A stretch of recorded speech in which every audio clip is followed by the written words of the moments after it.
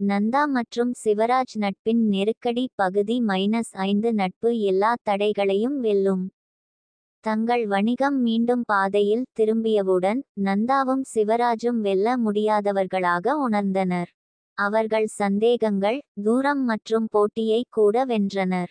ஆனால் வாழ்க்கையில் இன்னொரு சோதனை காத்திருந்தது. அவர்கள் இருவரும் வருவதை காணவில்லை. ஒரு மாலை, நந்தா கடையை மூடும்போது சிவராஜ் வழக்கத்திற்கு மாறாக தீவிரமாக தோன்றினார்.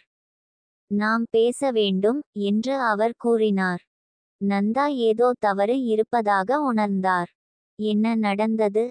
சிவராஜ் தயங்கி, இறுதியாக, எனக்கு ஒரு பெரிய சலுகை கிடைத்துள்ளது, ஒரு பெரிய வாய்ப்பு.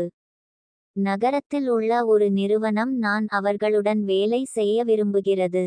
எங்கள் கடைகளை நடத்துவதில் எனது அனுபவம் அவர்களுக்கு விரிவாக்க உதவும் என்று அவர்கள் நினைக்கிறார்கள் என்று கூறினார். நந்தாவின் இதயம் கனத்தது. சரி, நீங்கள் கிளம்புகிறீர்களா? சிவராஜ் பெருமூச்சு விட்டார். எனக்கு தெரியாது.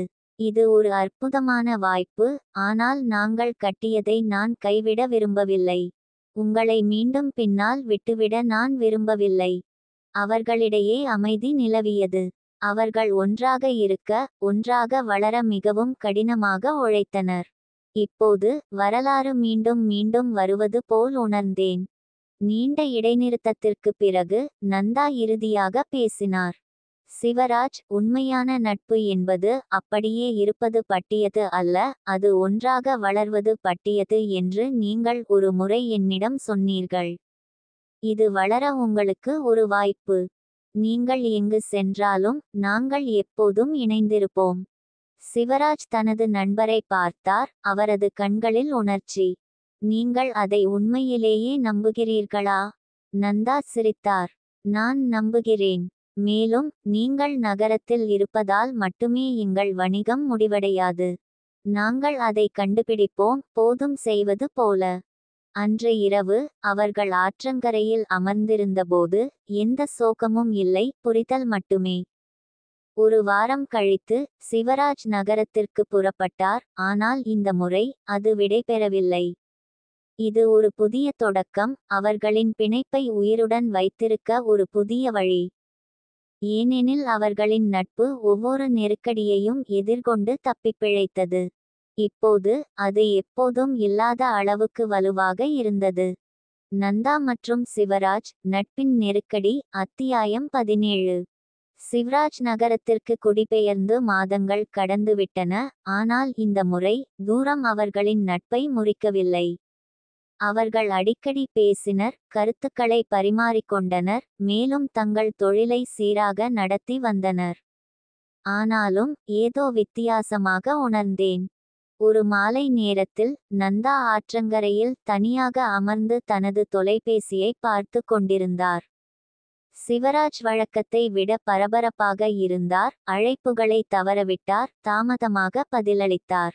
நகர வாழ்க்கை வேகமாக இருந்தது என்பதை நந்தா புரிந்து கொண்டார். ஆனால் அவரது ஒரு சிறிய பகுதியினர், நம் நட்பு மெதுவாக மறைந்து வருகிறதா? அப்போதுதான் அவரது தொலைபேசி ஒலித்தது. சிவராஜிடமிருந்து ஒரு செய்தி. இந்த வார இறுதியில் வீட்டிற்கு வருகிறேன். நாம் பேச வேண்டும். நந்தாவின் இதயம் படபடத்தது. இதுதானா? சிவராஜ் நிரந்தரமாக தொழிலை விட்டு வெளியேறுகிறாரா? வார இறுதி வந்தது. சிவராஜ் சோர்வாக ஆனால் உற்சாகமான புன்னகையுடன் அவர்களின் கடைக்குள் நுழைந்தார். நந்தா, நான் ஏதோ வேலை செய்து கொண்டிருந்தேன். நந்தா தனது கைகளை கூப்பினார். நீ என்னிடம் சொல்ல முடியாத அளவுக்கு பிஸியாக இருந்தாயா? சிவராஜ் பெருமூச்சு விட்டான். எனக்கு தெரியும், மன்னிக்கவும். ஆனால் என்னை நம்புங்கள், நீங்கள் இதை கேட்க விரும்புவீர்கள். அவர் தனது மடிக்கணினியை எடுத்து நந்தாவிடம் ஒரு திட்டத்தை காட்டினார். நான் நகரத்தில் முதலீட்டாளர்களுடன் பணியாற்றி வருகிறேன். அவர்கள் எங்களுக்கு நிதியளிக்க விரும்புகிறார்கள், ஒரு கிராமம் அல்லது ஒரு நகரத்தை தாண்டி விரிவாக்க உதவுகிறார்கள். இது எல்லாவற்றையும் மாற்றக்கூடும். நந்தாவின் கண்கள் விரிந்தன. அதாவது, நாம் நமது தொழிலை ஒரு புதிய நிலைக்கு எடுத்துச் செல்ல முடியும். சிவராஜ் தலையசைத்தார். ஆம். ஆனால் நீ இல்லாமல் நான் முடிவு செய்ய விரும்பவில்லை. இது நமது கனவு, நந்தா. இதை நாங்கள் ஒன்றாக கட்டினோம். நந்தாவின் முகத்தில் ஒரு மெதுவான புன்னகை பரவியது. சந்தேகங்கள், அச்சங்கள், அவை அனைத்தும் மறைந்துவிட்டன. சிவராஜ் விலகிச் செல்லவில்லை. அவர் தங்கள் எதிர்காலத்திற்காக உழைத்து வந்தார். அவர்கள் அருகருகே நின்று தங்கள் கடையை பார்த்து கொண்டிருந்தனர். இது எல்லாம் தொடங்கிய இடம். இதற்கு நாங்கள் தயாரா? நந்தா கேட்டார். சிவராஜ் சிரித்தார். நாங்கள் எல்லா சவாலையும் ஒன்றாக எதிர்கொண்டோம். இன்னும் ஒன்று என்ன? நந்தாவும் சிவராஜும் தங்கள் அடுத்த நடவடிக்கையை பற்றி விவாதிக்க அமர்ந்தனர். தங்கள் தொழிலை விரிவுபடுத்துவது ஒரு கனவு நனவாகும், ஆனால் அது அறிமுகமில்லாத பிரதேசத்திற்குள் நுழைவதையும் குறிக்கிறது. நந்தா சிந்தனையுடன் மேசையை தட்டினார். சிவராஜ், இது பெரியது. இந்த நடவடிக்கையை நாங்கள் எடுத்தால் பின்வாங்க முடியாது. சிவராஜ் தலையசைத்தார். எனக்கு தெரியும். ஆனால் இன்னும் எத்தனை பேரை நாங்கள் அடைய முடியும் என்று கற்பனை செய்து பாருங்கள். ஒரு மாற்றத்தை ஏற்படுத்த இந்த தொழிலை தொடங்கினோம். இப்போது அதை பெரிய அளவில் செய்ய எங்களுக்கு வாய்ப்பு உள்ளது. அதிக விவாதத்திற்கு பிறகு அவர்கள் முன்னேற முடிவு செய்தனர். அவர்கள் ஒரு விரிவான திட்டத்தை தயாரித்தனர். இது அவர்களின் கிராமக் கடையின் வெற்றியையும் எதிர்கால கடைகளுக்கான அவர்களின் தொலைநோக்கையும் வெளிப்படுத்தியது. ஒரு வாரம் கழித்து அவர்கள் தங்கள் முதல் முதலீட்டாளர் சந்திப்புக்காக நகரத்திற்குச் சென்றனர். நேர்த்தியான கார்ப்பரேட் அலுவலகத்திற்குள் நுழைந்த நந்தா இடமில்லாமல் உணர்ந்தார்.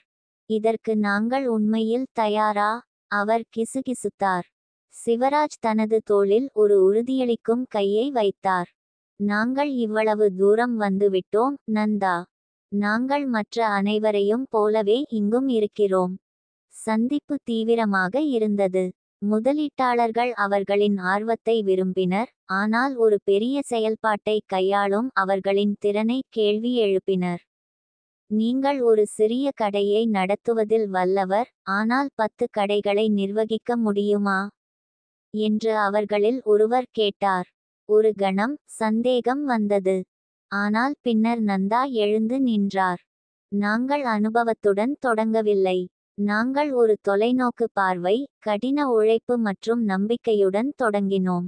அதுதான் எங்களை இங்கு கொண்டு வந்தது, அதுதான் எங்களை முன்னோக்கி அழைத்துச் செல்லும். அறை அமைதியாகிவிட்டது. பின்னர் முதலீட்டாளர்களில் ஒருவர் சிரித்தார்.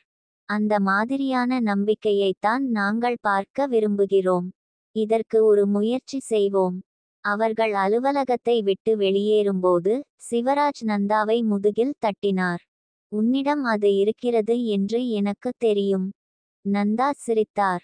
இறுதியாக நான் உன்னிடமிருந்து ஏதாவது கற்றுக்கொண்டேன் என்று நினைக்கிறேன். முதலீட்டாளர்கள் இணைந்தவுடன் நந்தா மற்றும் சிவராஜின் வணிக விரிவாக்கம் அதிகாரப்பூர்வமாக தொடங்கியது. அருகிலுள்ள நகரத்தில் தங்கள் 2வது கடையை திறந்தனர். இந்த முறை சரியான நிதி, சிறந்த வளங்கள் மற்றும் அவர்களுக்கு ஆதரவளிக்க ஒரு குழுவுடன். எல்லாம் சீராக நடப்பதாக தோன்றியது, யதார்த்தம் வரும் வரை. பல கடைகளை கையாள்வதை விட ஒரு கடையை நிர்வகிப்பது எளிதாக இருந்தது. பணிச்சுமை அதிகமாக இருந்தது. எதிர்பாராத சிக்கல்கள் தொடர்ந்து எழுந்தன. முதல் முறையாக அவர்களின் கூட்டாண்மையில் விரிசல்கள் தோன்றத் தொடங்கின. ஒரு மாலை, குறிப்பாக மன அழுத்தம் நிறைந்த ஒரு நாளுக்கு பிறகு, நந்தா அலுவலகத்திற்குள் நுழைந்தார். சிவராஜ், இது வேலை செய்யவில்லை. நாங்கள் தவறு செய்கிறோம், எங்களுக்கு காலக்கெடுவை தவறவிடுகிறோம். நான் எல்லாவற்றையும் தனியாக கையாள்வது போல் உணர்கிறேன். சிவராஜ் சமமாக சோர்வடைந்து பின்வாங்கினார். நான் என்னால் முடிந்ததைச் செய்கிறேன், நந்தா. நான் ஒவ்வொரு நொடியும் இங்கே இல்லாததால் எனக்கு கவலை இல்லை என்று அர்த்தமல்ல. அவர்களுக்கு இடையேயான பதற்றம் காற்றில் கனமாக தொங்கியது. ஒரு கணம் இருவரும் பேசவில்லை. பின்னர் சிவராஜ் பெருமூச்சு விட்டபடி தன் தலைமுடியில் ஒரு கையை ஓடவிட்டான். நான் உன்னுடன் சண்டையிடுவதற்காக திரும்பி வரவில்லை. இதை நாம் ஒன்றாக கண்டுபிடிக்க வேண்டும். நந்தா ஆழ்ந்த மூச்சை எடுத்தான். நீ சொல்வது சரிதான். ஆனால் ஒரே கடையாக இருந்தபோது நாம் செய்தது போல் விஷயங்களை தொடர்ந்து நடத்த முடியாது. நமக்கு ஒரு சரியான அமைப்பு, தெளிவான பாத்திரங்கள், மற்றும் மிக முக்கியமாக நாம் ஒருவரையொருவர் நம்ப வேண்டும். அடுத்த சில நாட்களில் அவர்கள் தங்கள் அணுகுமுறையை மறுசீரமைக்கவும், நம்பகமான மேலாளரை நியமிக்கவும், கடைகளுக்கு இடையே சிறந்த தகவல் தொடர்புகளை அமைக்கவும் செலவிட்டனர். மெதுவாக விஷயங்கள் மீண்டும் சரியான இடத்திற்கு வரத் தொடங்கின. ஒரு இரவு அவர்கள் கடையை பூட்டியபோது நந்தா சிவராஜை பார்த்து சிரித்தார். உனக்கு தெரியும், ஒரு கணம் நாம் பிரிந்து விடுவோம் என்று நினைத்தேன். சிவராஜ் சிரித்தார். தயவு செய்து, நாம் மோசமாக இருந்துவிட்டோம். ஒரு சிறிய வணிக அழுத்தம் நம்மை முடிவுக்கு கொண்டுவர போதுமானதாக இல்லை. நந்தா மற்றும் சிவராஜ் நட்பின் நெருக்கடி பகுதி 6 தொடரும்.